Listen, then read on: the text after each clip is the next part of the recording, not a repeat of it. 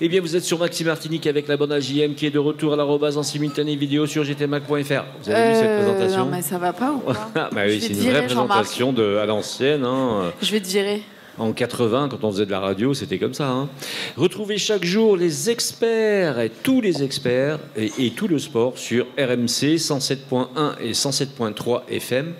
Diffusés, vous le savez maintenant, sur Maxi Martinique. Elles et ils sont les plus sexy du paysage audiovisuel des Antilles. Ils ou elles sont chroniqueuses et chroniqueurs. Ils et elles sont jeunes, ils sont beaux, elles sont belles.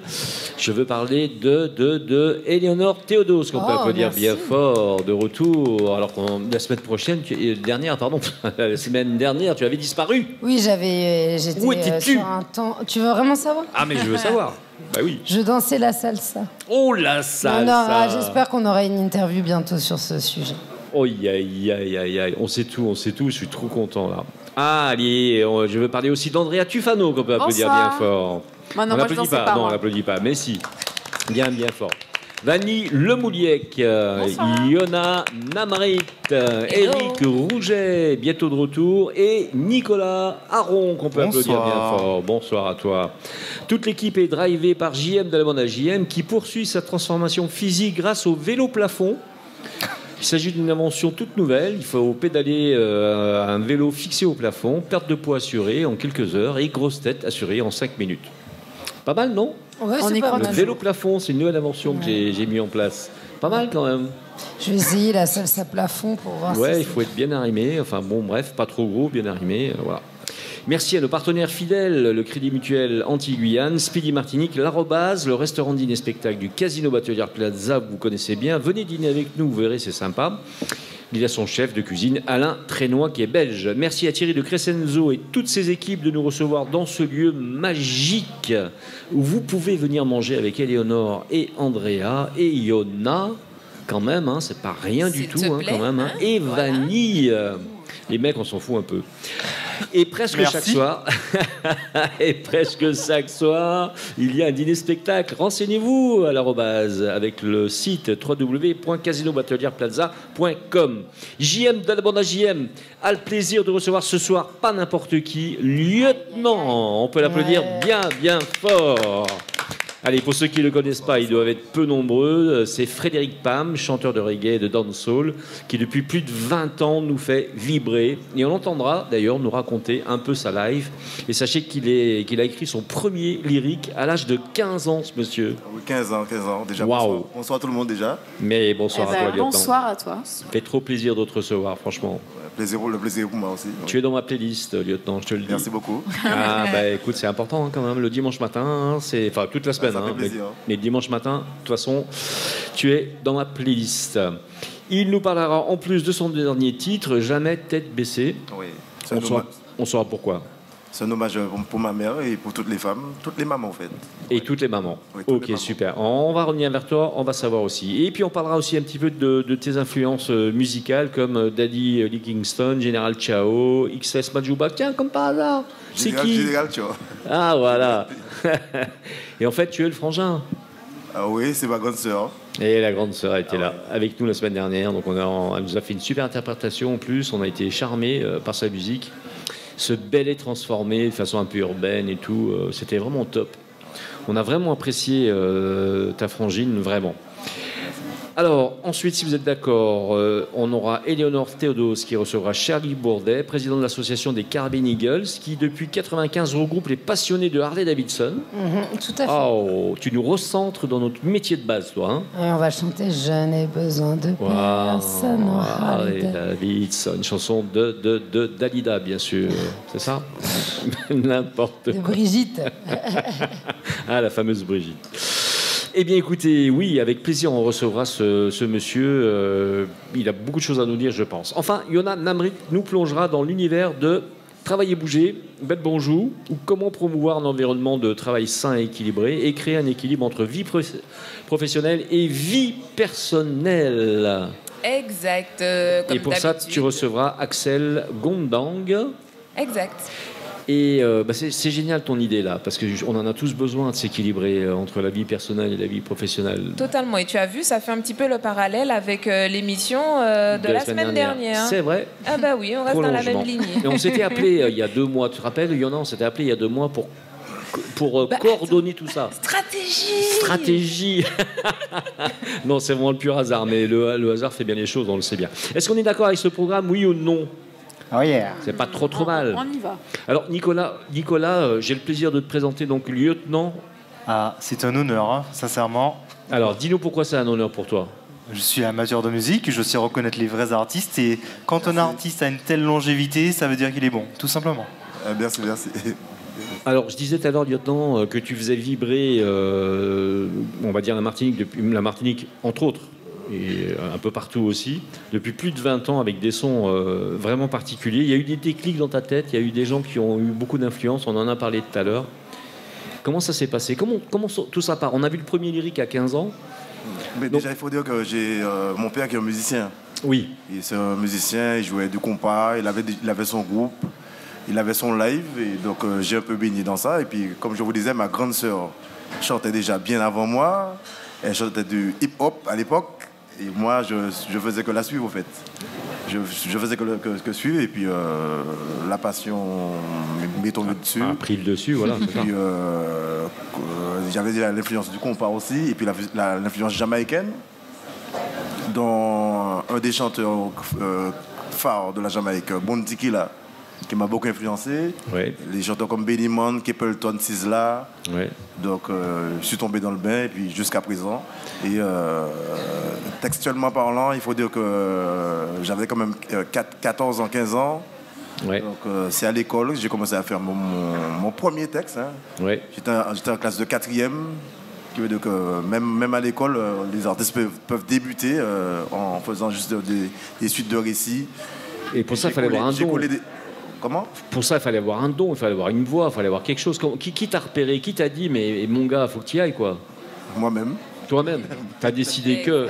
Et après, c'est ton public qui t'a choisi. Moi-même, et puis, comme j'ai dit, j'avais ma grande sœur qui chantait déjà. Donc j'aimais bien tout ce qui était autour, tout ce qui est mélodie. Et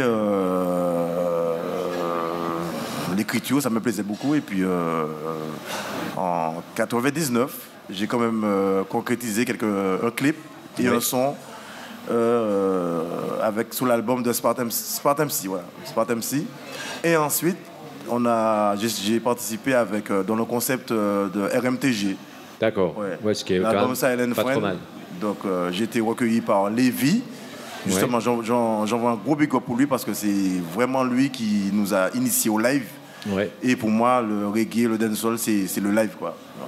Bien sûr, par définition. Ouais. D'ailleurs, on a reçu beaucoup de chanteurs de reggae et d'R&B ici, et c'est vrai que le live pour eux a vraiment beaucoup d'importance. On pense aux derniers, IB1 par exemple, Maini, tout ça, ce sont des gens qui aiment ça aussi. Ouais.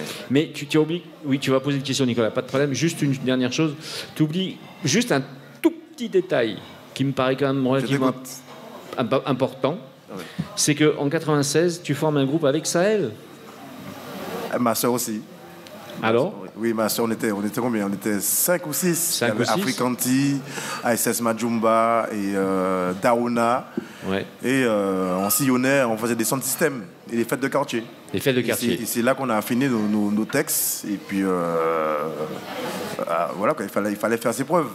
Bien sûr. Voilà, là, tu as le public devant toi. C'est surtout les sons de système. La plupart des artistes qui ont duré, c'est des artistes qui ont fait l'école des sound systems. Bien sûr. Aujourd'hui, c'est un peu différent parce que les chansons se font directement sur Internet. Mais à l'époque, il fallait avoir le public devant toi, même si on était jeune. Et puis, en attendant qu'on nous repère. Hein. Bien sûr, c'est ça l'objectif, bien sûr. Nicolas. Alors, lieutenant, déjà, j'aimerais te dire kaboum. Voilà. Déjà pour commencer. Et tu as fait partie du collectif Armada, avec notamment Daddy Plin. Et j'aimerais savoir, est-ce qu'il a fait partie peut-être des modèles ou des personnes, des exemples à suivre pour te lancer dans la musique? Mon modèle, comme j'ai dit, c'était General Cho, ASS Majumba, et en Jamaïque, c'était Bounty Killa, Benimon, Cartel. Mercedes, voilà quoi, oui. Ok, donc localement, pas localement, oui, Général Cho et ma soeur, et Daddy lui aussi. Ouais, c'est les premiers artistes que j'ai commencé à écouter. Et ensuite, j'ai MC Janik aussi qui m'a beaucoup influencé, MC Janik. Oui. Et puis voilà. Ouais. Alors après, on continue à tirer au fusil ou pas, ou au pistolet? Parce qu'en 2010, il y a Prends-Pied. Et là, ça explose les compteurs. Exactement. Mais avant cette époque, bien avant ça, comme j'ai parlé de RMTG, on a resté quand même 4 à 5 ans à jouer avec le live. RMTG, qui est un groupe mythique en Martinique. Ensuite, après cette période-là, j'ai commencé à... En fait, j'ai déménagé, puis j'étais dans un quartier qu'on appelle Volga. Et dans le quartier Volga, il y avait déjà un artiste qui était de dancehall, qui était assez connu déjà, qui s'appelait Mighty Might et d'Anthologie. Donc on a commencé à travailler ensemble. Et à l'époque, on était comme... On n'avait pas le format musical, on va dire. On n'avait pas le format musical, mais les gens nous écoutaient quand même. Donc on a commencé à développer ce qu'on appelle de la musique underground. Donc c'était pas destiné à la radio, mais les gens avaient ça dans leur voiture. C'est ça. D'accord, ce qui veut dire que ça... C'est les premières playlists ça a pris hors radio. Oui, et ça a pris de l'ampleur en fait. Et c'est cette ampleur-là qui m'a amené un peu partout, à La Réunion, en Guyane, à Mayotte. J'ai fait plusieurs dates sans avoir d'album. Donc ensuite, le type de musique underground qu'on faisait à l'époque est devenu le format actuel quand tu regardes maintenant. Tu vois. Mais à l'époque, en 2006, la musique underground avait un impact assez important dans la Caraïbe. Et aujourd'hui, alors là, tu sors un titre, mais vas-y. Non, je t'écoute. Non, j'allais dire, aujourd'hui, comment tu... Est-ce que tu as pris de la distance par rapport à tous ces gens avec qui tu as bossé? Est-ce que tu es plus dans le solo? Et est-ce que tu t'entoures d'artistes encore aujourd'hui Oui, déjà, je prépare un nouvel album qui a pas mal de feats, dont un Jamaïcain. Donc je ne vais pas tout dévoiler, mais en tout cas, il y a un album qui arrive. On peut comprendre. Sinon, en 2006, j'ai quand même fait mon premier album qui s'appelle Dancehall Theories. Et donc il y avait quelques feats avec il y avait un titre en particulier qui s'appelle 9 mm. C'est le son 9 mm qui m'a fait sortir vraiment que les gens me connaissent sous ce son-là. Et il était même sorti sur une grosse compilation en métropole sur Universal Music. C'est excellent. Ça va faire plaisir. En fait, on est parti de l'underground pour arriver sur une compilation. Incroyable. Une grosse compilation là-bas. Ça doit faire un peu plaisir quand même, non? Ah oui. Nicolas. Alors, j'aimerais savoir d'où vient ton nom d'artiste, parce qu'il y a une période où, tu sais, il y a beaucoup d'artistes qui avaient des noms un petit peu militaires, un petit peu, tu vois, et donc Kalash, lieutenant. Alors, d'où t'es venue l'idée de lieutenant? Déjà, j'aimais tout ce qui était militaire, tout ce qui était couleur militaire, et puis j'ai un caractère militaire en fait. Et puis mon caractère musical, ça ressemble plus à ça. Donc, notamment 9 mm, puisque... 9 mm, et voilà. Ça aurait pu être Panarme, mais il a pris lieutenant. Vas-y, je t'écoute. Andrea Tufano. Est-ce que tu penses, ou comment tu vois ton évolution depuis tes débuts? Est-ce qu'il y a eu des vrais changements de style et de mentalité? Oui, beaucoup.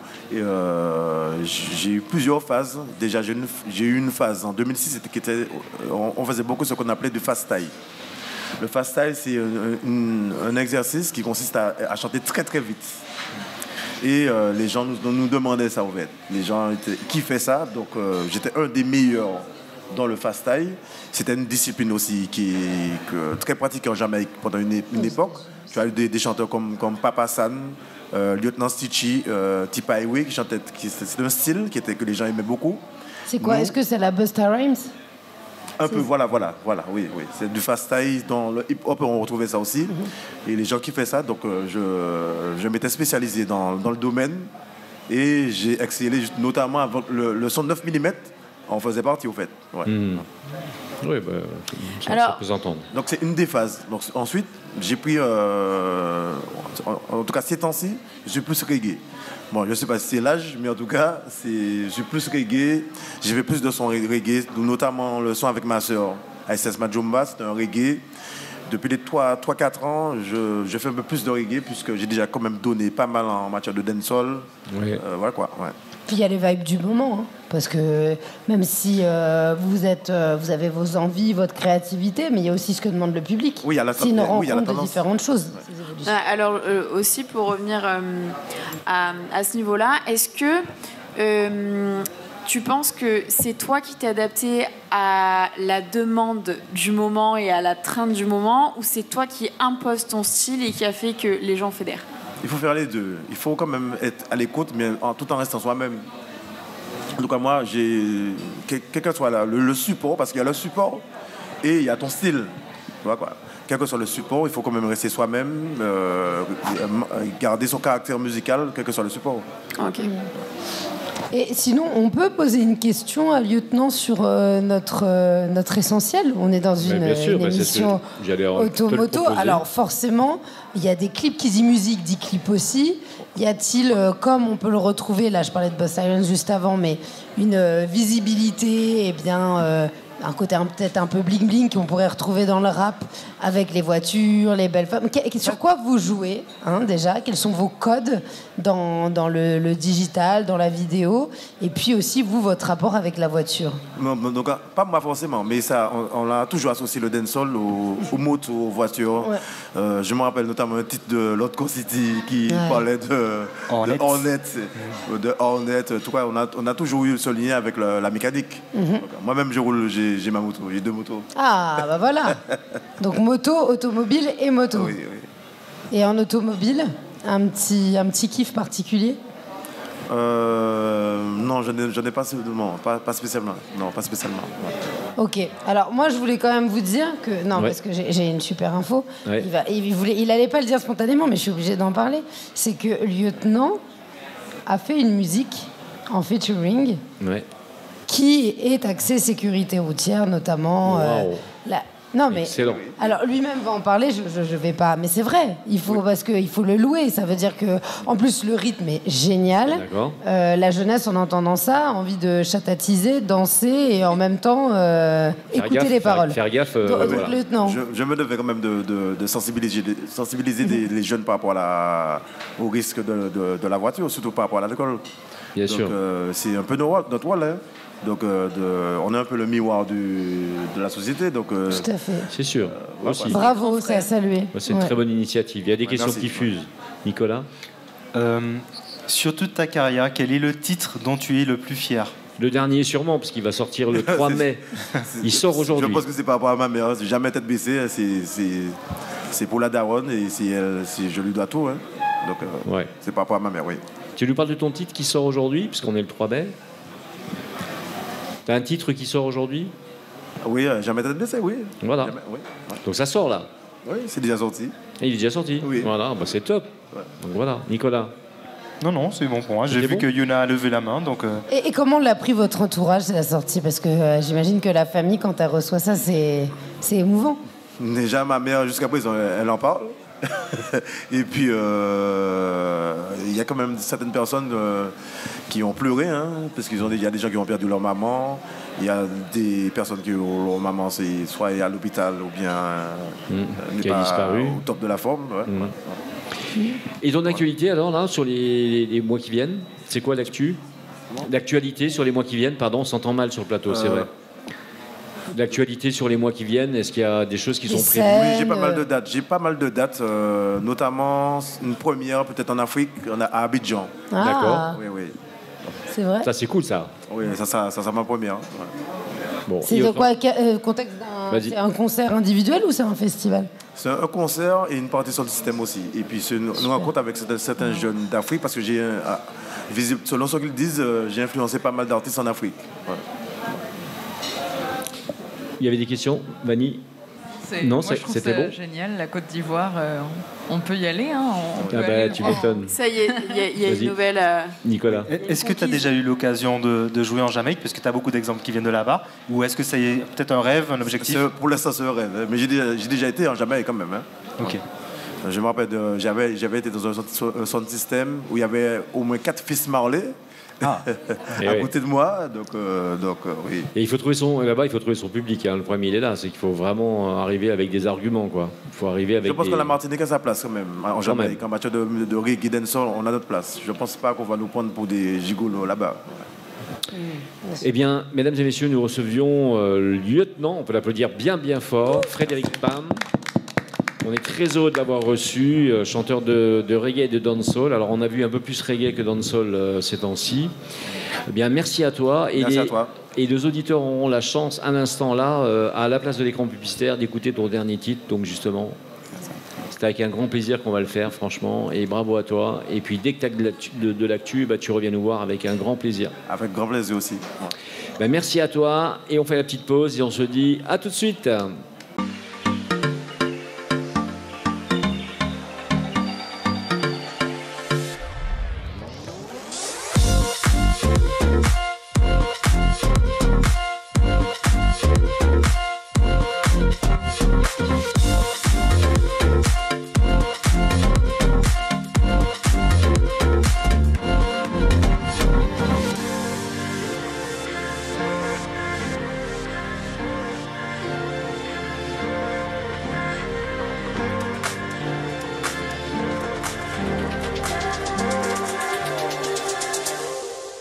Et vous êtes de retour avec la bande AJM sur Maxi Martinique en direct de l'arrobase du Casino Batelière Plaza.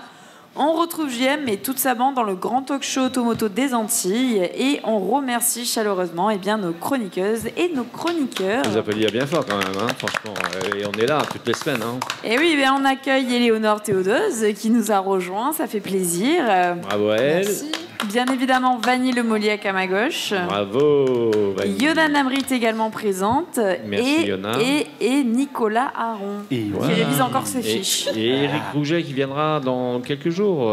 L'homme de la situation, parce que là, pour le moment... Exactement. Et surtout, merci à nos partenaires Crédit Mutuel Antilles-Guyane, Speedy Martinique et ses 6 centres de réparation. Et merci à gtmag.fr. Allez, on reçoit quelqu'un de très important en Martinique, Charlie Bourdet, président de l'association des Caribbean Eagles, et on laisse la parole surtout à Éléonore Théodose. Éléonore Théodose. Bon, de toute façon, on sait comment ça se passe, à chaque fois c'est participatif. Hein. Oui, c'est ça. Puis sur ce genre de sujet en plus, oui. Alors, tout à l'heure je commençais à fredonner une chanson extrêmement connue. Hein, je n'ai besoin de personne. En quoi, Charlie? Harley Davidson. Voilà. Alors Charlie qui représente ce soir les Caribbean Eagles. Je le dis bien, Charlie? Les Caribbean Eagles, oui. Alors pourquoi? Parce que la première question, c'est ça, des passionnés de moto. En Martinique, on sait que c'est culturel, la moto est aimée, les transports sont aimés, la voiture aussi. Pourquoi s'être orienté vers la Harley? Parce qu'on va dire, il y a ceux qui ont une Harley, il y a les autres motards, hein, faut pas se mentir. Oui, absolument. Enfin, on dit plutôt des bikers. Les bikers. Ouais. C'est mythique, Harley Davidson. Ouais. Donc ça... C'est une réputation autre que les autres motos. Déjà, on dit pas une moto, on dit une Harley.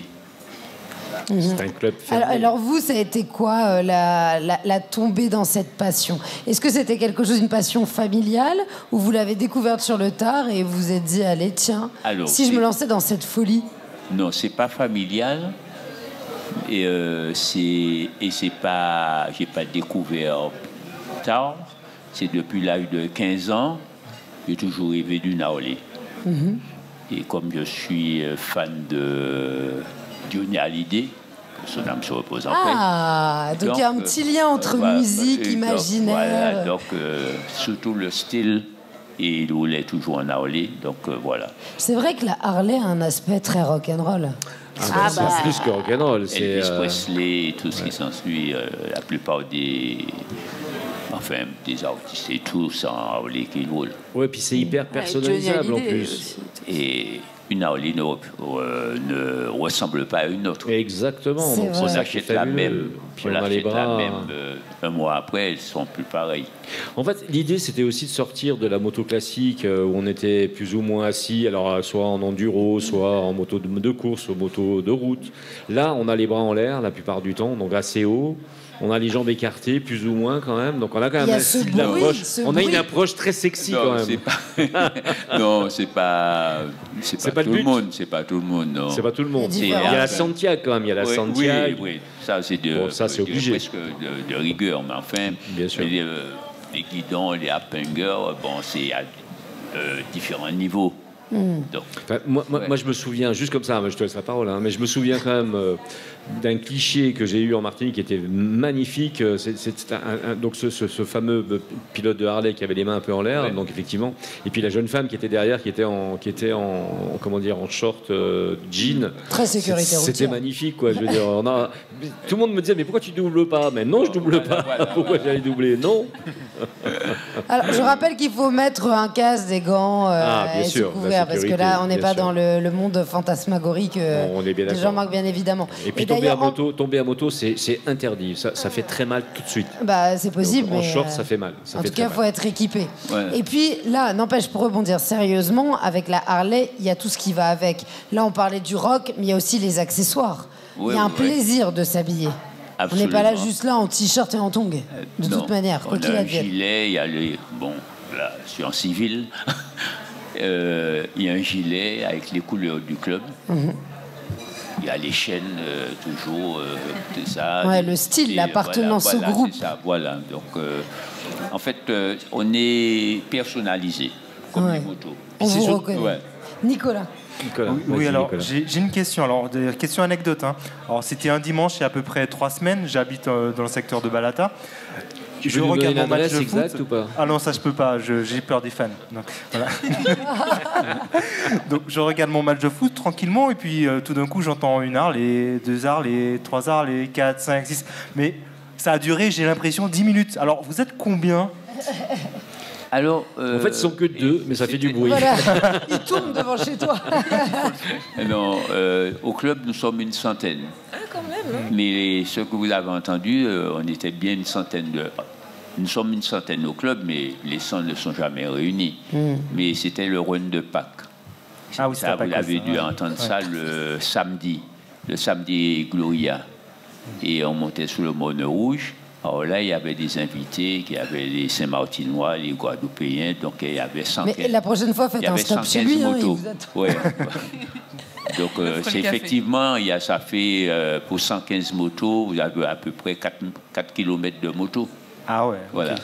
Il y a des gens qui ont appelé la gendarmerie pour dire qu'il y avait un tremblement de terre. Hein. Mais non, c'était bien les Harley qui passaient dans le coin. Non, les gens n'ont pas l'habitude d'appeler la gendarmerie. Non, bien sûr, ils applaudissent. C'est vrai. Alors, je voulais dire une chose. Oui, c'est vrai qu'à Harley-Davidson, c'est mythique. Ça ramène à une culture qui est plutôt américaine à la base, hein, j'entends. Oui. À la base. Hein, ça, après, bien sûr, vous êtes approprié en Europe. On s'est approprié cette culture qui est une vraie culture. Mais c'est surtout une rencontre entre potes. Pote et potesse, pour parler équilibré. C'est-à-dire que c'est une rencontre d'amis, c'est des amis qui partagent une passion. La première chose qui nous réunit, c'est la moto. C'est la moto, bien sûr. Et puis, on ne regarde pas la situation professionnelle et tout ce il n'y a pas de distinction. La moto, tout est centré. Après, il y a des affinités qui se font, mais c'est l'esprit qu'il faut avoir.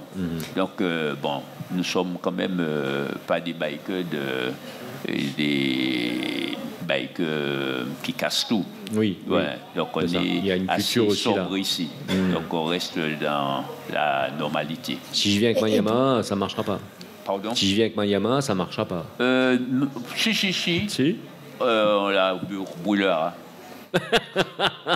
Et pour illustrer ce que Charlie dit, c'est-à-dire que les personnes que j'ai pu rencontrer qui vont dire moi Harley Davidson, ce sont pas forcément des personnes qui ont une moto, c'est même des personnes qui roulent derrière. Mais il y a vraiment une communauté autour de cette passion commune, et à partir du moment où je sens que les gens tombent dedans, moi c'est la Harley, quoi. C'est vrai. Hein. Absolument. C'est vraiment, ça va, oui.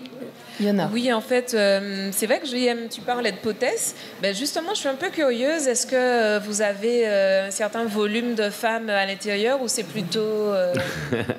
Non, oui, on parle en volume féminin. Alors, Yona parle en volume féminin. La part c'est son côté prof, en fait. Oui. Oui. T'as fait des maths aujourd'hui? Il y a des bikers et des bikeuses. Alors, au club, sur une centaine de membres, il y a à peu près une bonne quinzaine de femmes. De bikers avec leur moto. Avec leur moto. Ils ne sont pas des sacs de sable. Ça, c'est quand même top. Derrière, c'est le sac de sable. Alors, justement, Et est-ce qu'il existe des bikeuses avec des bikers derrière elles? Ça, c'est une question importante. Alors, il y a effectivement, une bikeuse qui a son ami derrière. Voilà. Parce que ça, c'est relativement rare à voir, même en Europe. Exactement. Alors que ça doit changer. Moi, je dis que ça doit changer. Voilà. Alors, pour continuer sur le thème de la balade, de la pratique, qu'est-ce que votre association organise? Quelles sont les sorties? Quelles sont les activités avec vos membres? Alors, une fois par mois, nous faisons une sortie de club. J'allais dire, je vous coupe volontairement, si vous faites une plaisanterie. Pas de problème. Une fois par mois, vous allez chez Nicolas, c'est ça? J'ai l'impression. Hein. Quand il regarde son match de foot, c'est important. Exactement. Allez-y. Une fois. On va ralentir un peu plus. Si vous pouviez y aller 2 nuits, ça m'arrangerait, s'il vous plaît. Non, la prochaine fois, il sera des vôtres. Voilà, ok, comme ça, c'est... J'ai un vélo, ça compte? Ça sera mieux. Ça marche pas avec le vélo? J'ai un vélo. Le vélo, pas trop. Tu seras sac de sable. Sac de sable, voilà. Nous faisons une sortie par mois. Mais tous les dimanches, vous allez rencontrer 4, 5, 10 Aolés qui roulent ensemble. Bon, il y a des petits groupes. Mais une fois par mois, tous les membres... C'est la grosse sortie, quoi. On fait la sortie du mois. Ouais. Alors, donc, le club se réunit, les sous-groupes, tout ça se met là-dedans. Et une soirée dans le mois aussi, alors, entre bikers, nous avons un club house. Donc, là, on se rencontre pour pouvoir faire une petite soirée, un repas, enfin, bon, bref, on se rencontre aussi. Ça, c'est convivial. Alors, pour vous rejoindre, ça se fait spontanément. Les personnes qui nous écoutent, là, imaginons, elles peuvent vous joindre en cours d'année. Il y a des inscriptions au début d'année. Comment ça se passe? Il faut avoir une Harley, déjà. Les gens qui veulent nous rejoindre, quoi? En Harley? Oui. Oui, il faut pour être avoir avec une Harley vous. d'abord. Il faut d'abord aller chez Harley, acheter une Harley. Oui, bon, de toutes les façons, lorsqu'on achète, souvent ceux qui achètent une Harley connaissent quelqu'un qui a déjà, alors donc la personne l'emmène, le parraine, et cette personne, on l'invite à faire une balade avec nous. Si elle apprécie, et nous l'apprécions aussi, eh bien, s'inscrit au club. Il y a un casting. Oui. S'il ne se comporte pas correctement, il dit c'est sympa, c'est pas la peine de revenir. Bien sûr. Il y a une mentalité, bien sûr. La mentalité, ça dépend comment on se comporte. Enfin, mais assez souvent et de façon générale, tous, ils sont bien. C'est vraiment exceptionnel si je renvoie un gars. En fait, ça va avec la Harley, finalement, non? L'état d'esprit, quoi. Ça va avec la Harley. Et puis, il faut noter aussi que la moyenne d'âge est déjà au-dessus de 40 ans. Au-dessus de 40 ans. Voilà. Bon, moi, j'en ai moins, mais enfin... Donc, par exemple, mais là, on parle de la moyenne d'âge et au niveau des modèles, parce qu'on en a parlé un petit peu avant l'interview. Vous m'avez dit qu'il y avait plusieurs modèles de Harley dans les propriétaires. Oui. Quels sont-ils et combien faut-il imaginer comme investissement pour une Harley?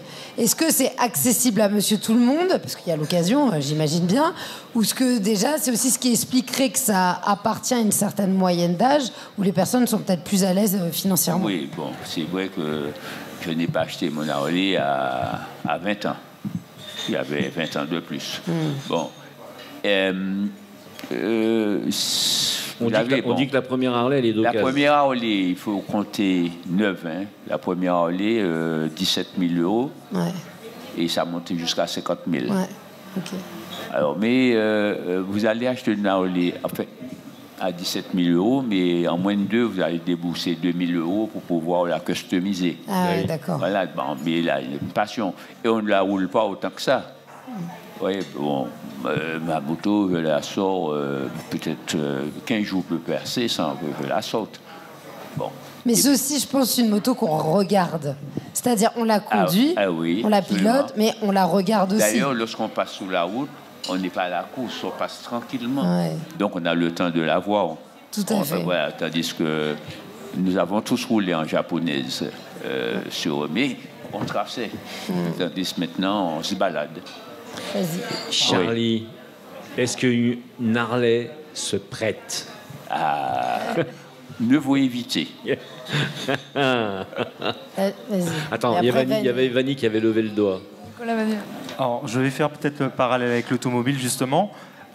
Ici, on a des fans d'américaines, Jeep, Mustang, etc., qui font souvent des sorties en commun, enfin ensemble, parce qu'ils ont de ça en commun, justement, d'apprécier la culture américaine. Alors, est-ce que quand on est fan d'Harley, on est forcément fan de culture américaine? Oui, pas obligatoirement. Non, je pense pas. Et ça me fait penser à une chanson du carnaval qui disait on aime les biscuits mais pas l'américain. Bref, ça c'est une ancienne chanson de carnaval. Bon, vous êtes bien jeune. Ouais. Non, on a, c'est vrai, une certaine culture américaine dans le monde de biker. Bon, la façon de s'habiller, de se comporter et tout. Mais on est plus sociable quand même par rapport aux gangs des bikers. On rêve de faire la route 66, non? On rêve de faire la route 66? Et oui, je l'ai fait déjà. Ouais, bah voilà. Mais calmement. Oui, calmement. Oui. Possible. Et les saloons, ça marche là, quand on s'arrête, le café, tout ce qu'on voit dans les films, là, ça existe? Exactement. Ouais. Le policier qui s'arrête, qui mange, qui vous regarde bizarrement, ça existe tout ça? Non. Lorsque le policier vous arrête, vous avez intérêt à garder les mains sur le guidon. Oui, ne pas bouger. Oh là là. Et vous n'avez pas le droit de faire l'interfile. Dur. Vanny. Vous disiez que vous sortiez votre moto tous les 15 jours parfois. C'est vrai qu'une Harley, c'est un peu un objet qu'on bichonne et dont on prend soin. Mais du coup, est-ce que c'est quand même un moyen de locomotion au quotidien ou c'est vraiment un plaisir de sortie ponctuel? Alors, vous faites ce que vous voulez avec. Moi, je roule en scooter. Bon, je dis, la Harley, c'est notre gros jouet. Parce que, bon, la bichonne et tout. Bon, la moto, je vais, par exemple, c'est demain, il fait beau, je monte aux Trois-Îlets, au Marin. Je dirais pas cheveux au vent, il y a le casque. Et donc, on a le plaisir de rouler la bicane. Donc, si on veut aller au travail tous les jours avec, on va au travail avec. Il n'y a aucun problème. Ça ne gêne rien. Mais pour la plupart des bikers... Mais c'est vrai que la plupart beaucoup des bikers, la moto est garée juste pour la balade. Ils font une petite sortie. Ils ne prennent pas pour tous les jours, notamment moi. Pour ne pas banaliser peut-être cette... oui. Bon. Et puis, il y a une chose, elle est toujours propre. Ah, ça, c'est impératif, hein. Oui. Voilà. Impératif. Oui. Alors, il y en a que lors d'une balade, il y a une balade dimanche, ok, d'accord, s'il pleut, je ne suis pas là, hein, parce que j'ai passé la journée à nettoyer la moto. S'il pleut, je ne viens pas. Juste pour qu'elle puisse rester propre. Mais comme je leur dis tout le temps, il faut avoir le plaisir de la laver une fois c'est sali. Bon. Alors, oui, l'entretien de la moto est vraiment très important. Je peux faire ma petite transition, j'en profite, Jean-Marc. Oui, juste la dernière ou pas, non? Et tu fais ta transition allez, vas-y. Non, mais elle est très importante. Mais moi aussi, vas-y. Charlie Bourdet, je vous regarde droit dans les yeux. Répondez-moi droit dans les yeux. Oui. Vous, personnellement, la Harley-Davidson 100% électrique, vous allez l'acheter? Jamais. Alors, vous n'avez pas parlé dans le micro. Jamais. Redites-le dans le Jamais. Mais non, une Harley, vous vous rendez compte, non, c'est pas possible. Et puis, vous savez, c'est déposé, le bruit à Harley. C'est déposé, c'est un bruit déposé. C'est-à-dire qu'aucune autre moto n'a ce son.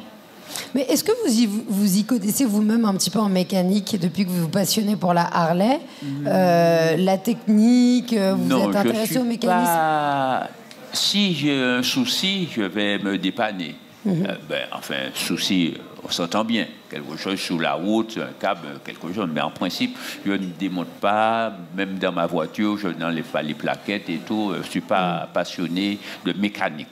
Alors, on sent bien, là je reviens à ce que je disais, à l'entretien, à l'amour que les bikers ou bikeuses portent à la Harley Davidson. Ouais. Qu'en est-il de la sécurité routière? Vous êtes sensible à ça? Là, on parlait des accessoires qui vont, les accessoires qui sont obligatoires. Ouais. On sait qu'en Martinique, c'est un véritable enjeu de sécurité, qu'il y a encore trop de morts, beaucoup de morts qui sont liées à la moto. Oui. On voit bien la différence entre ceux qui vont dire « Ouais, mais ceux qui meurent de la route, sauf exception, ce ne sont pas des vrais motards ». C'est souvent ce qu'on entend de la part de certains. Ouais. Qu'est-ce que vous en pensez? Et vous, est-ce que vous avez des discussions au sein de votre association liées à la sécurité routière? Alors, lorsque nous roulons, au départ, je fais un petit speech. C'est-à-dire, on roule en quinconce. Sécurité, parce que on roule en quinconce, si je freine, eh bien, l'autre va passer derrière, à côté. On ne laisse pas de trou, c'est-à-dire pas de grande distance entre les deux motos. Parce que lorsqu'on laisse des trous, les voitures s'intercalent et ça risque de faire des problèmes. On ne va pas vite, ça c'est déjà quelque chose. On est habillé correctement. Le casque est de rigueur. Donc la sécurité est parfaite. Elle est vraiment assurée, la sécurité. Il nous reste presque plus de temps. On assure la sécurité. Au rond-point, par exemple, on bloque 1 minute la circulation pour pouvoir laisser la caravane passer. Charlie Bourdet, président de l'association des Carabines Eagles. On peut donner un numéro de téléphone, peut-être? Oui, allez-y. Est-ce qu'on a des réseaux ou un contact que l'on puisse donner? Alors, à ceux nous avons un site. Un site, génial. Alors, www. Caribbean Eagles, caribbean.eagles.fr. Voilà. Il suffit d'aller sur le site. Voilà. Et il y a peut-être même une fiche d'inscription, une demande d'inscription. Il y a tout ça, il y a le mail du club et tout. Et donc les sorties potentielles, etc., sûrement.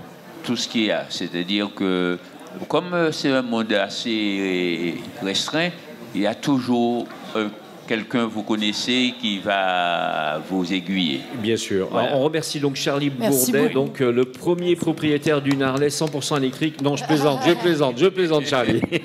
Président donc de l'association des Carabines Eagles. C'est bien joué. Mais depuis 95 en plus. Merci encore en tout cas de votre présence et à très très bientôt. On fait une petite pause publicitaire, on se retrouve tout de suite. À tout de suite.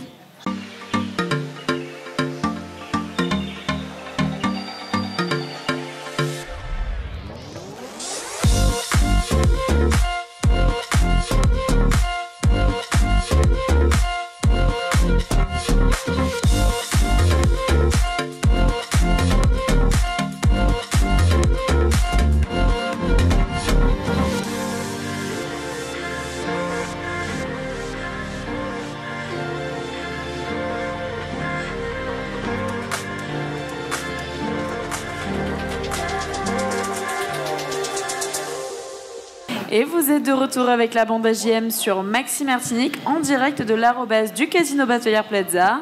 Alors on va s'applaudir encore une fois. Allez, pourquoi pas, hein. C'est une bonne idée quand même. Et oui, on retrouve JM et toute sa bande dans le grand talk show Automoto des Antilles. Merci d'applaudir nos chroniqueuses et nos chroniqueurs. Et je parle bien évidemment d'Éléonore Théodose. Bravo elle. Vanille Lemoliec, qui est Vanille. Présente comme toujours. Yona Namrit à mes côtés. Et oui. Et oui, elle change de place, elle bouge. Et Nicolas Aron également. Et oui, je suis toujours sur le plateau qui bouge aussi. En fait, c'est les chaises musicales ici. C'est ça. Et JM aussi par la même occasion. Non, lui il bouge jamais par contre. Non, lui il bouge pas. Oh, ça va changer. Le roi Lucas. Il fait déjà suffisamment de sport, laissez-le. Mais surtout merci à nos partenaires. Mais grave, hein. Mais surtout merci à nos partenaires. Merci à Crédit Mutuel Antilles-Guyane, Speedin Martinique et merci à gtmag.fr. Et oui, bien sûr, gtmag.fr qui organise l'émission. Donc c'est super. Il faut regarder gtmag.fr parce qu'il y a beaucoup d'articles sur le secteur automoto. Il faut y aller.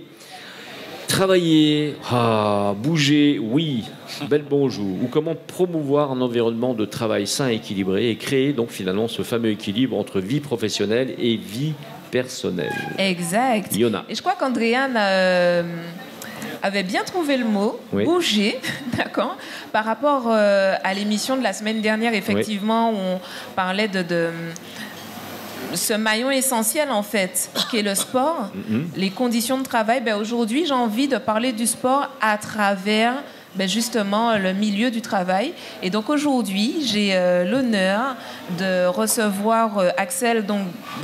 Mon Dieu, excuse-moi, j'écorche. Alors, c'est Gold d'algue. Voilà. Enchanté. C'est gold comme or en anglais, et puis juste d'algue, D-A-L-G, derrière. Totalement. Voilà. Moi, j'avais un D et j'avais pas un G. Alors voilà, ça fait la bêtise, quoi. Et après, c'est moi qu'on engueule pour les fiches. C'est Andrea qui fait mes fiches, hein, donc forcément... Andrea, quand même. L'assistante bas étage, c'est moi. Bonjour, je me présente. Mais en tout cas, l'intérêt aujourd'hui, c'est de pouvoir se dire qu'il y a...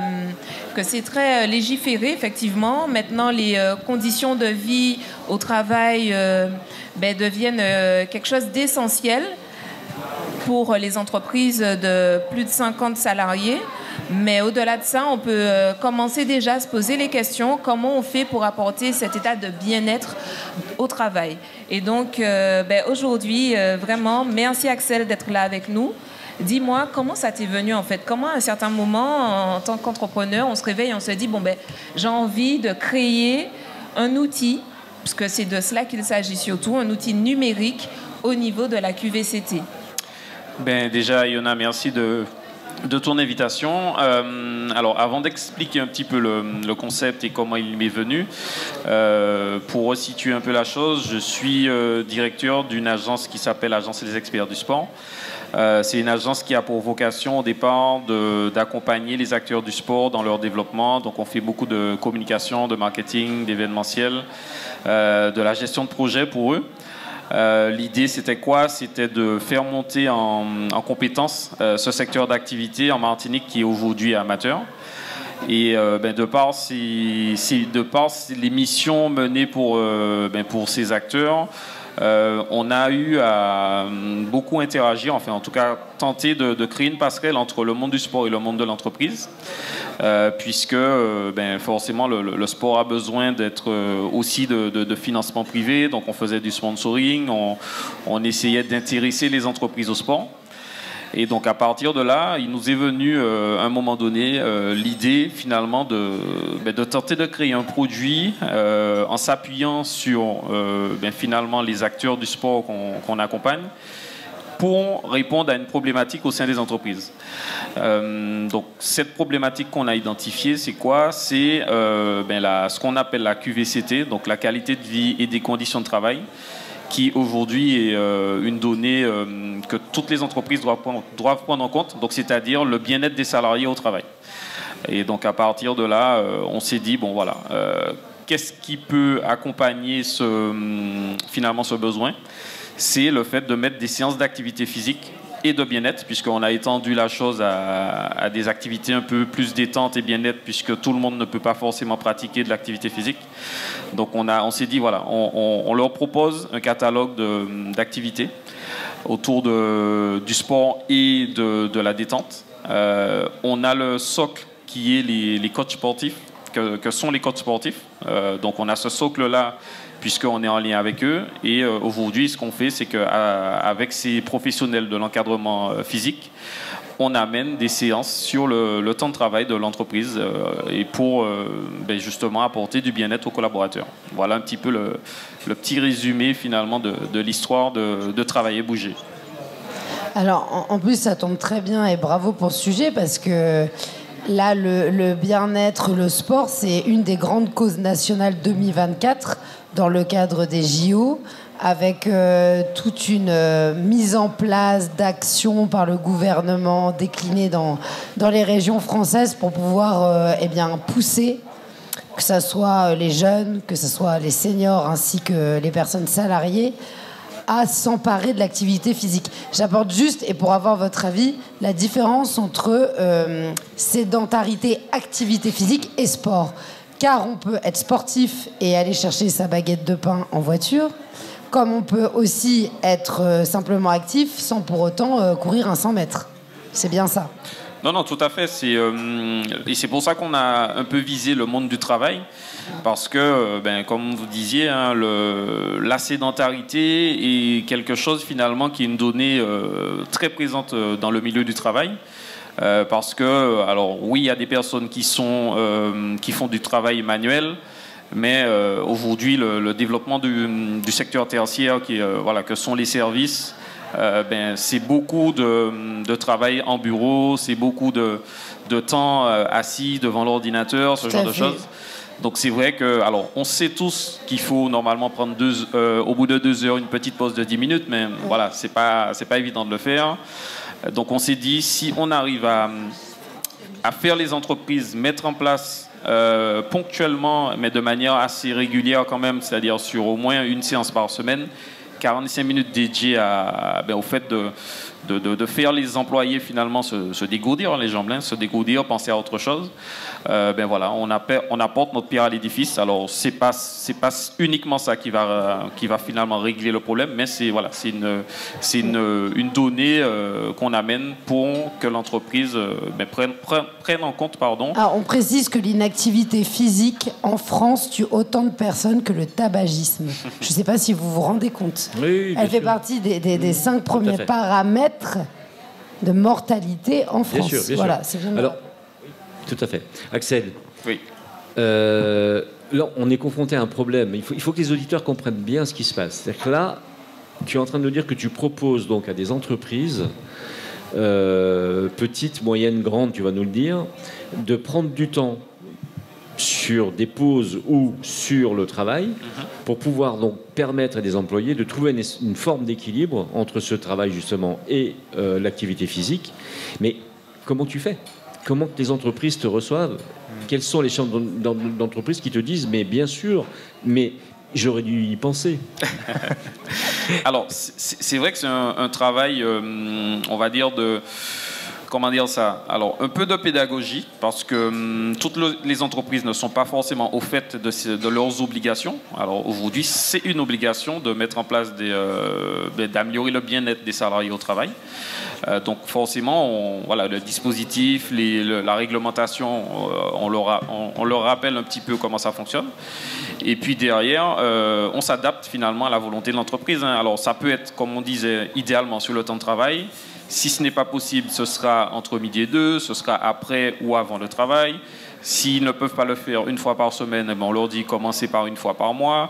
Mais voilà, après, on a des données aussi palpables avec des études qui ont été menées sur le bénéfice. Et c'est pas uniquement du bien-être, mais même aussi sur la productivité, sur le taux d'absentéisme, sur le turnover, parce que l'entreprise finalement développe une image bienveillante au sein de son entreprise, donc le salarié a envie de rester dans l'entreprise. Donc il y a pas mal de choses qui peuvent découler de ça. Et donc on croit justement à cet impact que peut avoir ce dispositif. Mais la question finale, Axel, c'est est-ce que franchement il y a une difficulté à convaincre les chefs d'entreprise ? Alors, comme pour tout, la première question c'est combien ça va nous coûter ? Et oui, bien sûr. Donc à côté de ça, on a des dispositifs qui financent ce type d'action, puisque c'est une action de prévention santé. Donc c'est vrai qu'on peut se rapprocher d'organismes comme l'ARS ou la CGSS qui peuvent financer.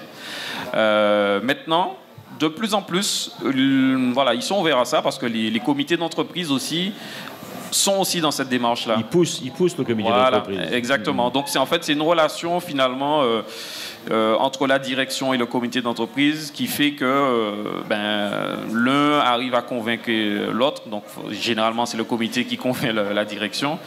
Mais voilà, on arrive, je pense, sur un timing qui est propice à la chose. Maintenant, on part de loin, mais aujourd'hui, c'est bien accueilli. Maintenant, c'est la mise en œuvre qu'on attend de voir, puisque c'est vrai que le produit vient d'être lancé. Là, on a quelques entreprises pilotes. On recherche éventuellement d'autres. Donc, on peut les quantifier quand même ou pas ? Honnêtement. Les entreprises qui ont adhéré ? Alors là, je vous avoue qu'on est sur la phase vraiment pilote. Donc aujourd'hui, on est en discussion avec 3 ou 4 entreprises, mais ce sont vraiment des gros groupes, des entreprises qui ont plusieurs enseignes ou des gros groupes médias. Alors, je pense que Maxi n'est pas encore considéré comme un gros groupe. Pas encore, oui, voilà. Peut-être. Ouais. Mais voilà, aujourd'hui, on est en discussion avec eux. Je pense que les premiers créneaux vont commencer au mois de juin. Donc, c'est vrai que je disais à Yona que, voilà, merci pour l'invitation, mais c'est vrai que aujourd'hui, on n'a pas encore le recul pour vous donner exactement la portée de la chose, mais c'est quelque chose qui se met en place. Merci. Et qu'il est important de mentionner, de mettre en avant surtout. Vous parliez de sport et de bien-être. Est-ce que dans les objectifs de ce que vous proposez, il y a aussi la cohésion d'équipe au travail? Ou est-ce que c'est vraiment plus à titre individuel de faire bouger et de faire pratiquer une activité aux salariés? La question est très intéressante parce que finalement, c'est dans la stratégie de l'agence. Nous, on a pris le parti justement au départ, s'occuper individuellement, alors dans le cadre de séances collectives, mais individuellement du salarié. Mais c'est vrai que ce dont vous parlez, c'est ce qu'on appelle du team building ou de l'incentive. Donc, c'est-à-dire, c'est des temps dédiés avec le personnel dans un autre cadre. Nous, on a voulu partir sur essayer de réduire notre impact sur l'organisation du travail de l'entreprise. Donc, on s'est dit, on amène l'activité dans l'entreprise, alors que les team building et tout ce qui est cohésion d'équipe, généralement, c'est sur une demi-journée, c'est en extérieur, c'est sur un cadre dédié. Donc, nous, on a voulu vraiment commencer par ce principe d'intégrer progressivement.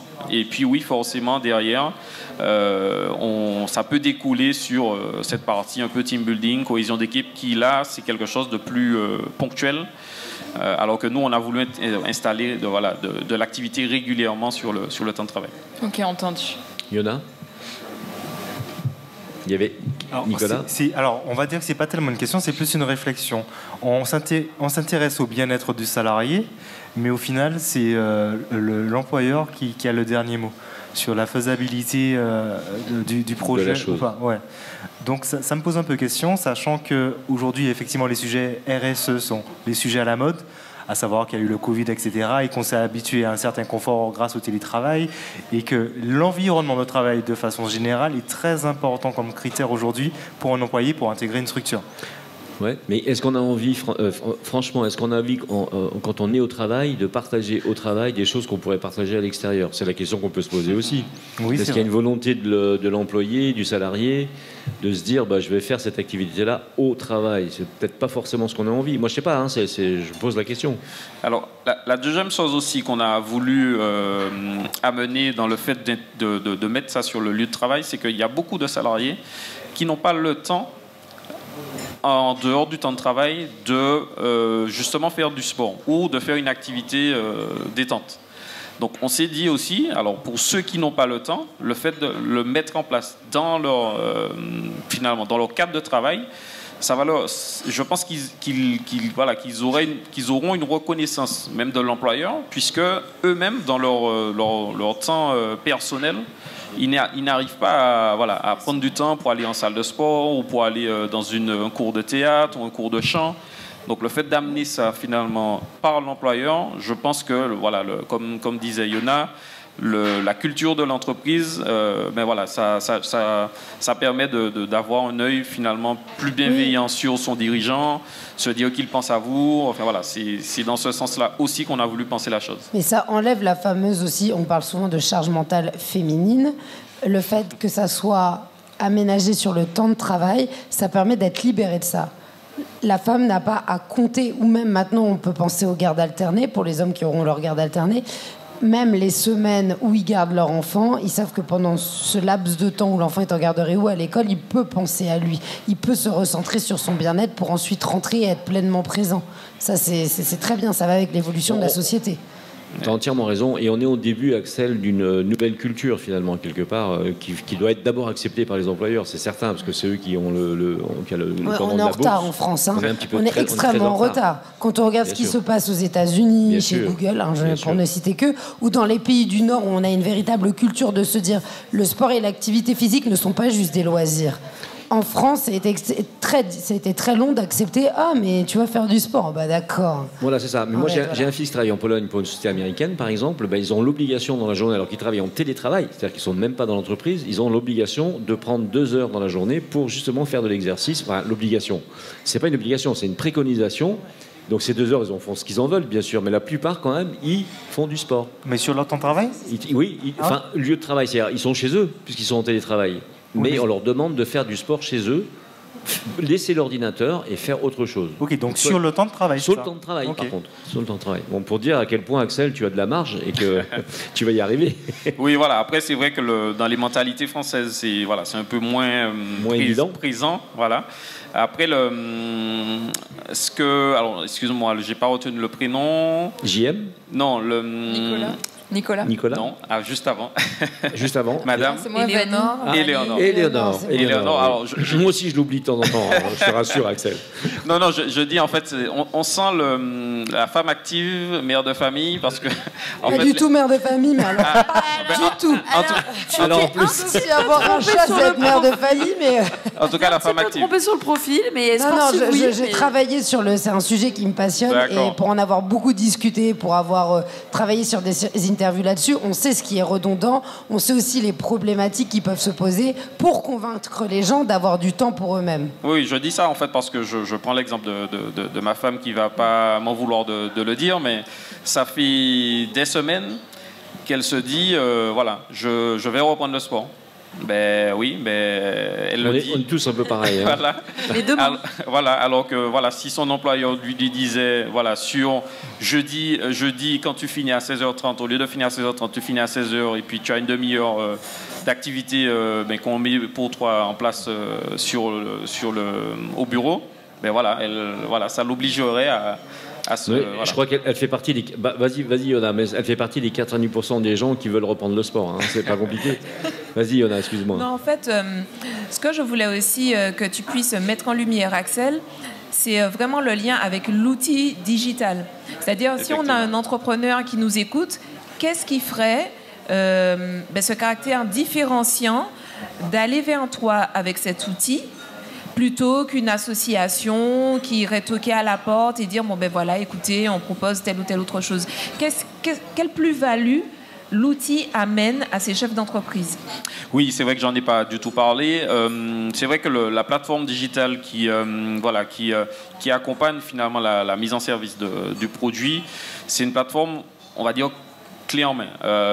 Donc ça permet aux dirigeants d'avoir quelque chose où il pourra retrouver tous nos services et aussi permet aux collaborateurs directement de s'inscrire aux activités, de suivre. On a les coachs également qui ont leur espace personnel. Donc c'est vrai que je n'ai pas parlé de cette partie-là, c'est-à-dire que notre produit aussi, ce qu'il amène, c'est une opportunité pour les coachs. Puisqu'aujourd'hui, les coachs, ce sont on va dire, leur travail est assez précaire parce que ce sont des indépendants. Ils ont une clientèle qui est de passage entre guillemets. Donc nous, ce qu'on amène aussi, c'est qu'on amène cette opportunité de travail, aux coachs. Et donc cette plateforme-là, c'est finalement l'outil qui permet de rassembler ces trois bénéficiaires de notre service, le coach, le dirigeant et le collaborateur. Et cet outil-là permet aux trois d'interagir sur la même plateforme, d'utiliser le service du coach sur la plateforme. Et le dirigeant, derrière ça, il a des données qu'il peut finalement avoir pour lui permettre d'étudier un petit peu le comportement de son salarié, de voir la satisfaction également du salarié et en même temps de palper finalement son retour sur investissement. Exactement. Alors Axel, une question de Nicolas. C'est la dernière malheureusement, parce qu'on arrive arrive au terme de l'émission. Nicolas. Est-ce qu'on peut dire en quelque sorte qu'il s'agit du CPF du sport? Alors, dis-moi ce que tu entends par... CPF. Le compte personnel de formation. Alors, c'est vrai qu'on ne l'avait pas imaginé comme ça. On va dire que le CPF, il est financé, on va dire, naturellement dans les cotisations et tout. Là, aujourd'hui, ça reste quand même quelque chose de... C'est le dirigeant qui doit être proactif dessus. C'est-à-dire que c'est vraiment lui qui va prendre en charge cette activité. Donc, lui, on va dire que c'est plus un investissement. C'est plus un investissement c'est un investissement qu'il prend pour améliorer le bien-être de son collaborateur, pour se dire que, alors, soit il va être plus performant, soit il va rester plus longtemps dans l'entreprise. Voilà, c'est vraiment un investissement du dirigeant. Maintenant qui aujourd'hui pour nous a un retour palpable. Donc on est plus dans cette... écoute, pardon, excuse-moi Axel. Non, pas de souci. Vas-y, on arrive à la fin, c'est pour ça. Oui, totalement. Juste savoir si justement en tant que chef d'entreprise, j'ai envie de m'investir et d'investir dans cet outil, comment on fait pour prendre contact avec vous? Alors, pour intégrer le réseau Travailler Bouger? Tout à fait. Donc déjà, Travailler Bouger, alors je vous donne peut-être quelque chose de mémotechnique, vous entendez tout le temps ça à la radio, manger, bouger. Donc en fait, c'est sur le même principe. Donc travailler, bouger, donc c'est les deux verbes à l'infinitif, pardon. Oui.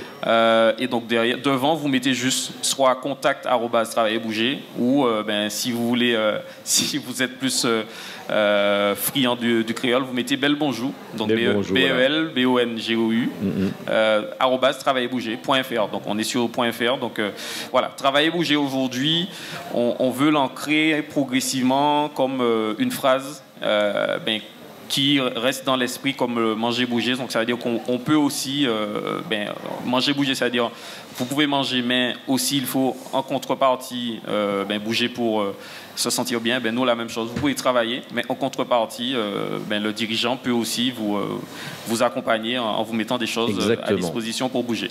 Et puis Axel, Travailler Bouger, c'est pas l'infinitif, c'est plus que parfait. Hein? Bon, il y avait un petit jeu de mots. Bon, voilà. Bon. N'applaudissez pas, c'est pas la peine, c'est pas grave. C'est raté, c'est pas méchant. On applaudit bien fort, par contre, Axel, si vous voulez bien. Merci, Axel. Axel Gondang, qui nous a vraiment présenté joliment son travail et qui, à mon avis, est très important et qui a beaucoup d'avenir surtout. Puisqu'il est à 0,0003% de son chiffre d'affaires futur, puisqu'il y a du boulot à faire là. En tout cas, merci à Maxi, parce que vous, en exclusivité, vous êtes le premier média qui en parle. Eh bien, franchement, ça nous fait super plaisir. On est souvent en exclusivité. On a beaucoup de chance. Allez, si vous êtes d'accord, on va quitter cette émission. Vous étiez donc avec Maxi Martinique et la bande AJM à l'arrobase. Merci à eux. Cette émission est en simultané sur gtmag.fr. Merci à toute l'équipe, donc Vanille Lemouliec, Yonan Amrit, Éric Rouget, Nicolas Aron, Éléonore Théodose, bien sûr, et Andrea Tufano. Merci à vous. Merci à JM de la bande AJM. Merci à Lieutenant. Rappelez-vous, Frédéric Pam, qui est venu en début d'émission, chanteur de reggae. Il nous a régalé. Il régale depuis 20 ans les Martiniquaises et les Martiniquais et bien d'autres ailleurs. Merci, bien sûr, aussi à Charlie Bourdet, président de l'association des Carabines Eagles, qui, depuis 1995, regroupe des passionnés de Harley Davidson et qui vont tous les mois chez Nicolas. Donc, merci. Ouais.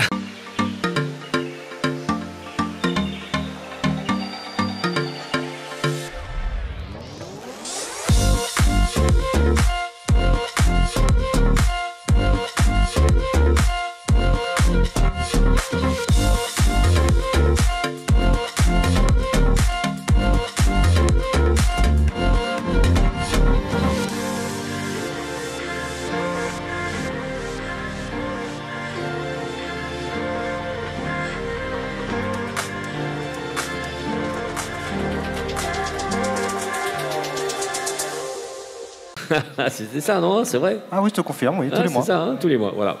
Merci donc bien sûr à Axel Gondang qu'on vient de recevoir pour Travailler Bouger. On vous l'a dit, bel bonjour, c'est facile à retrouver. Donc vous avez tapé ça, vous avez trouvé ça. On faisait la promotion de l'environnement du travail sain finalement avec Axel et on a vu que c'était un super job.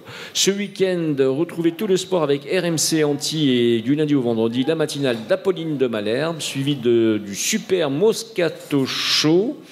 Et entre les deux, l'instant auto avec JM de la bande à JM. Merci à tous. À la semaine prochaine. Merci à vous. Bye bye. Passez un bon week-end. Ciao, ciao.